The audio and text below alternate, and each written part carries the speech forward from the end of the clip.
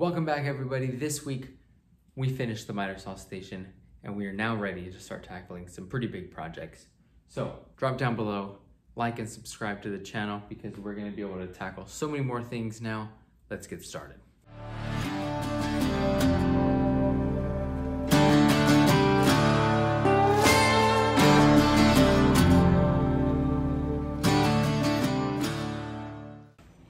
Okay, so we're going to work on the doors right now. What we're gonna do is I have 3/4 inch MDF. Usually I wouldn't use something so thick, but it's gonna sit back, flush on the back, and it's gonna sit a little bit proud on the front. This will give it a nice fancier look. I don't know, it's more practice than anything. So we're gonna start by cutting a groove about 1/4 of an inch in here. So let's move to the table saw. Now I'm going to start by cutting the grooves on my door panels. So I'll cut a 1/4 inch in from the outside. That'll give me my reveal. And the blade height is going to be how far inset the panel is going to sit into the frame. Keep it as simple as possible. Don't overthink it. I went with 1/2 inch. This means that top to bottom, I just add a full inch. Side to side, I just add a full inch. Keeps everything nice and simple. And I'm not dealing with fractions.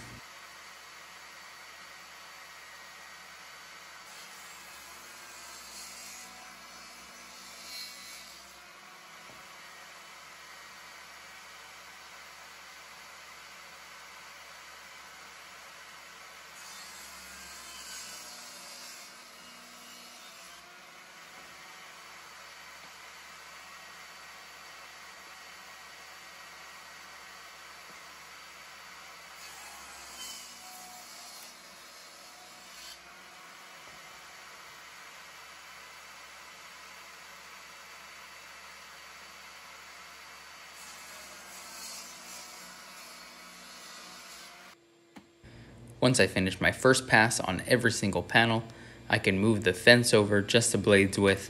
Since my blade is 1/8 of an inch thick, this will give me a perfect 1/4 inch groove. Again, simple numbers for a simple man.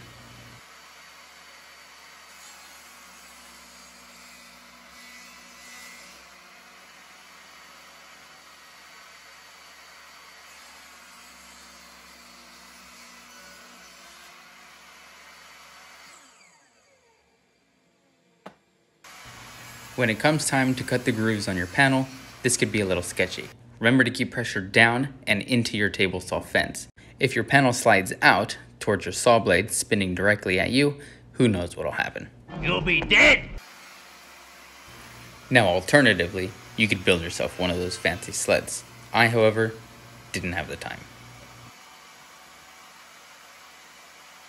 Now if you haven't guessed already, I'm cutting this groove 1/4 of an inch thick because it needs to fit inside of that groove. After that, I'll flip the panel over and I'm going to completely eliminate the last 1/2 inch that's left over. I'll do this on all 4 sides so that way everything fits like a glove.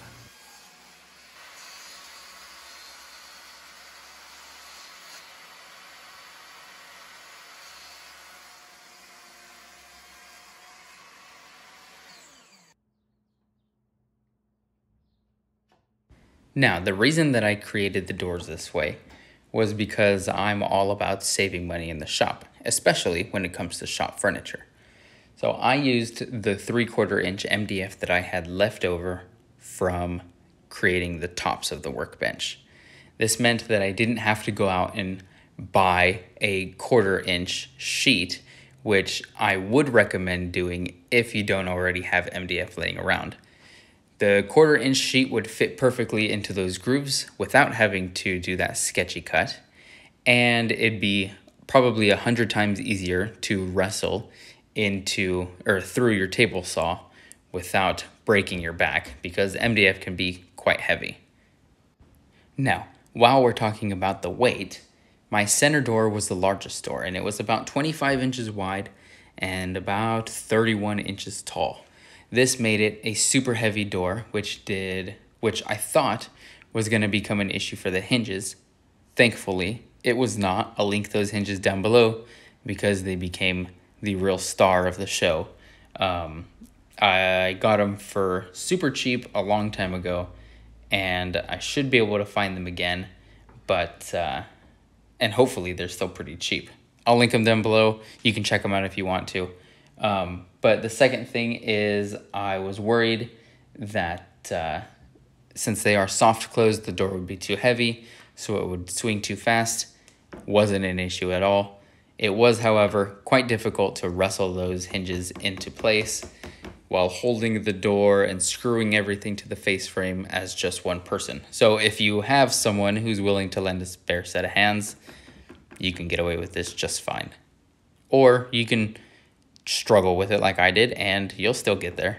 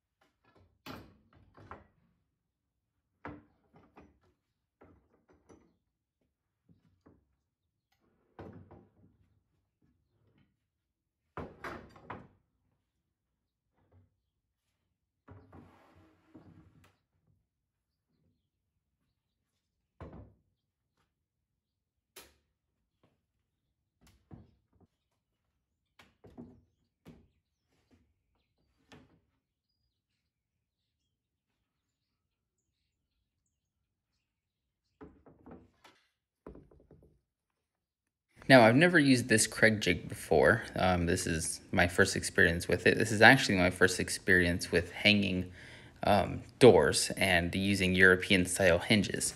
So I picked up this jig to help me out a bit, and it made it super easy to use. It was very self-explanatory, and I didn't have to do any kind of measurements whatsoever. I just set up the one edge against the edge of my door, and then I did it again, obviously opposite on the other side. It came with the perfect size Forstner bit that you needed to create the holes, and it even came with 2 little holes that perfectly marked the screw locations. So, I mean, I've never done this before, and I did it on 5 different doors, and I felt like I knew what I was doing. I felt like I'd been doing it forever. So, shout out to Craig. This is an awesome jig. This is the 3rd time I've bought a Craig jig, and it's just blown me away on just the way that they make their stuff. They make it absolutely foolproof. Now, I do wish that it came with like an extra long drill bit to start the screw holes. Unfortunately, I didn't have one, and I couldn't find one, which kind of leads me to believe that it wouldn't be terribly stable to create a drill bit that thin and that long.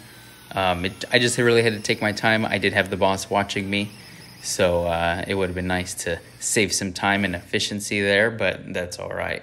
That's really only my only takeaway from the Craig jig that could be a potential improvement, and I don't even know if it's logistically possible. A bit that long and that thin might break, so who knows.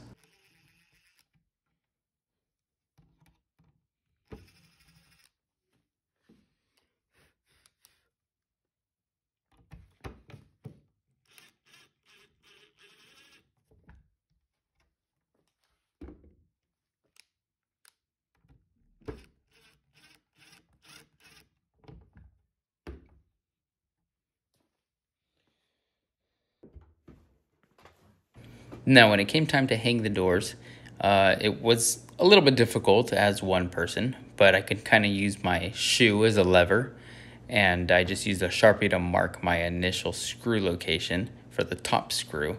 It's only one screw holding it into the face frame on the top and on the bottom. So I didn't have to do too much. I just had to mark this with a Sharpie, and then I took my drill. I pre-drilled a small hole just so that way I didn't have any wiggle room side to side.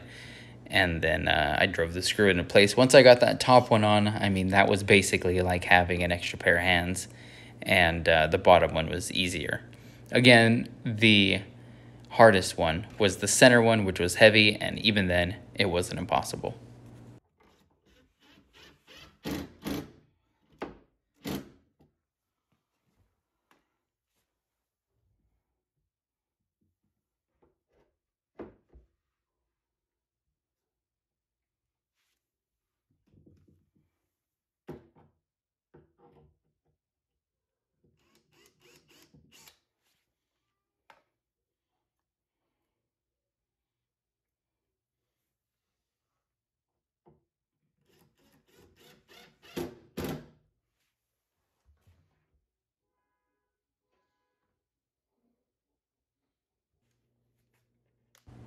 After I jumped the gun and got that first door installed, it was pretty much just rinse and repeat.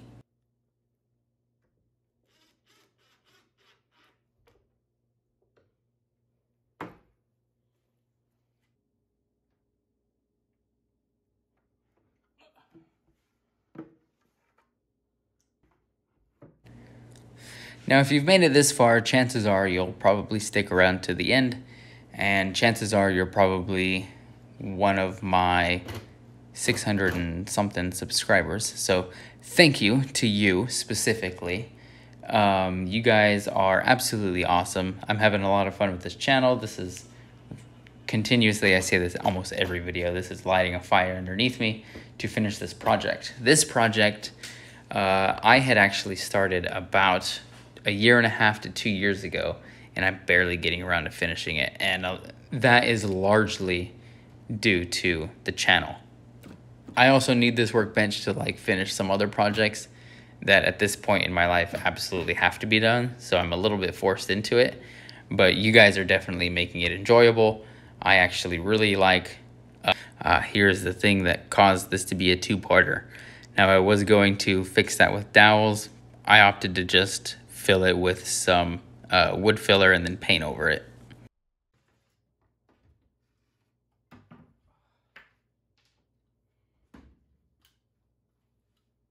Okay, so we got the doors completed, installed, and then uninstalled. Took the drawers out because we got to prep for paint. So now I'll clean the top. I'm gonna move my miter saw one more time, and it's gonna look a whole lot different in just a couple hours. So let's actually finish this project.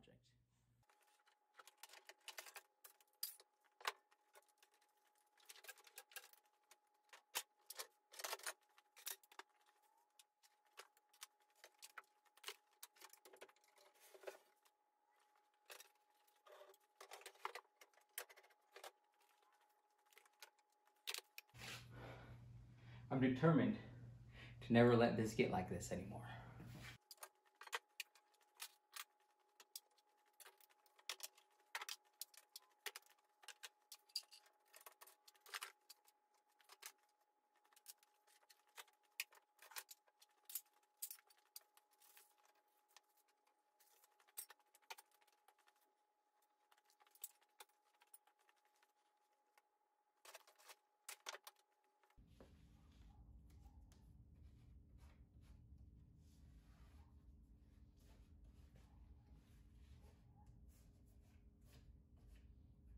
Now, I had mentioned in the last part that I was going to attempt to spray this.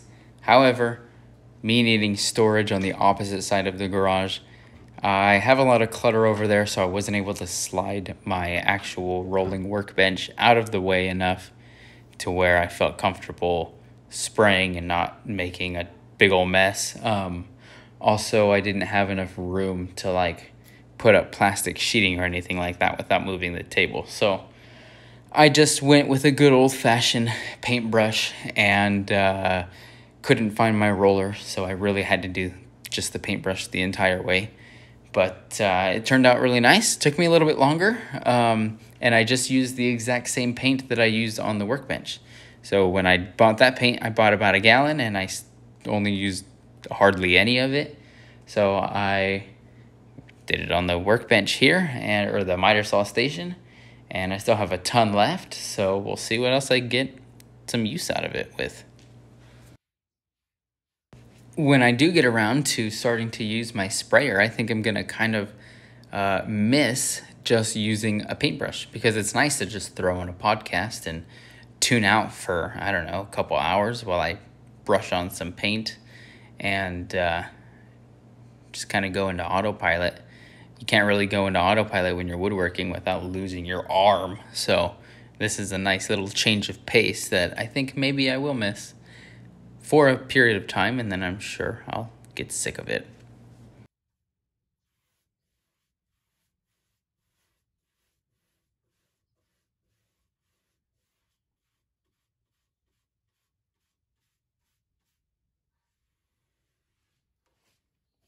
Now, me being the genius that I am, I left the vacuum on while I was painting right now, so I'll just kind of talk over this part, and I will explain to you that I didn't actually paint the inside of the cabinet for obvious reasons. This is black paint, and it can get difficult to find things if everything is black. So I am going to seal it with something. Feel free to recommend something down below, because I haven't made up my mind yet. I'm looking for a seal that is not necessarily paint, but will protect in the event that I have, I don't know, like a bottle of radiator fluid or something fall over and leak.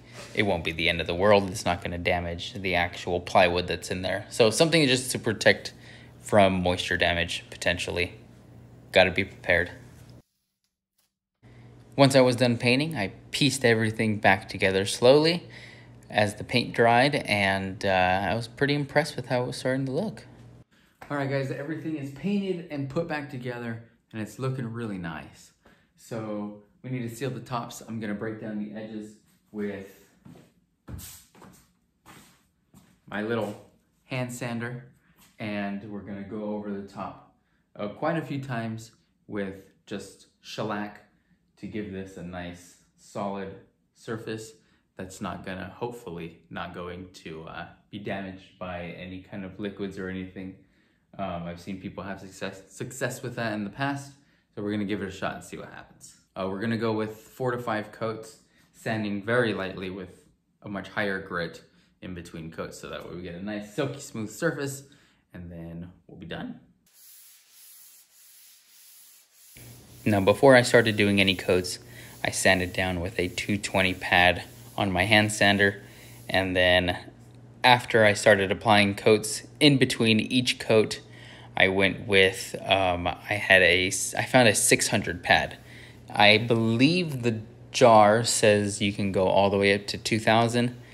I don't have any pads that are 2,000 grit. The highest one I had was 600, so I went with that, and it gave me a nice smooth surface. All it did was really just knock down any dust particles that got stuck in the finish as it was drying.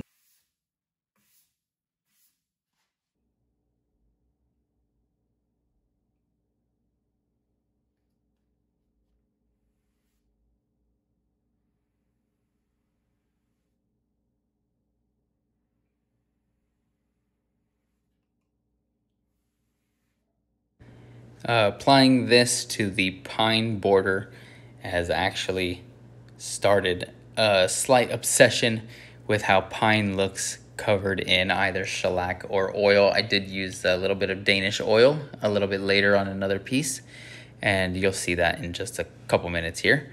But I'm really loving that golden color, especially paired up right next to the black. It's just looking classy and beautiful.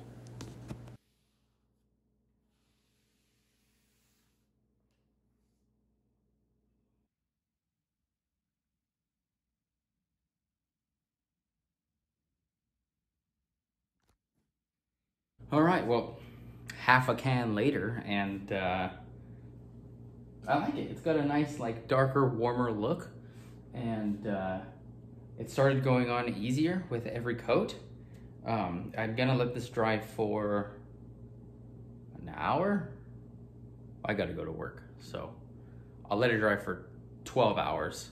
Maybe I'll put it one more coat just for fun, and then it'll be time to let it dry overnight, or maybe even until after work tomorrow, and I'll start getting things back up, and I think we're good to start using this place.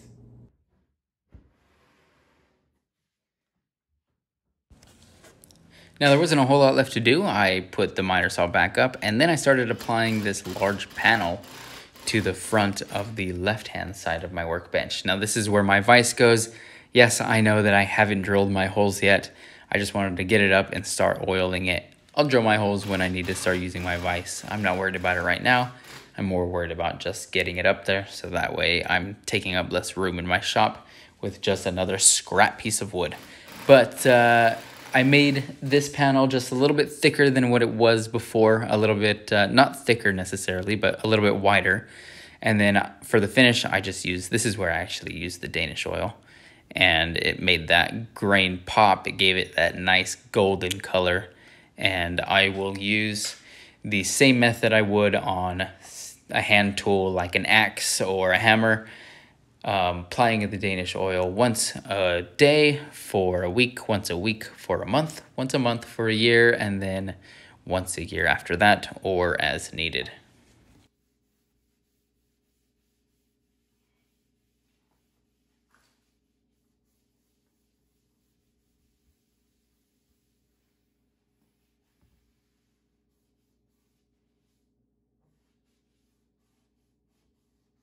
Thank you everybody who stopped by to watch the video. If you made it this far, then you really ought to subscribe, because why not? You made it this far, don't be a quitter. I'll see you guys next week, and we'll start on some storage maybe.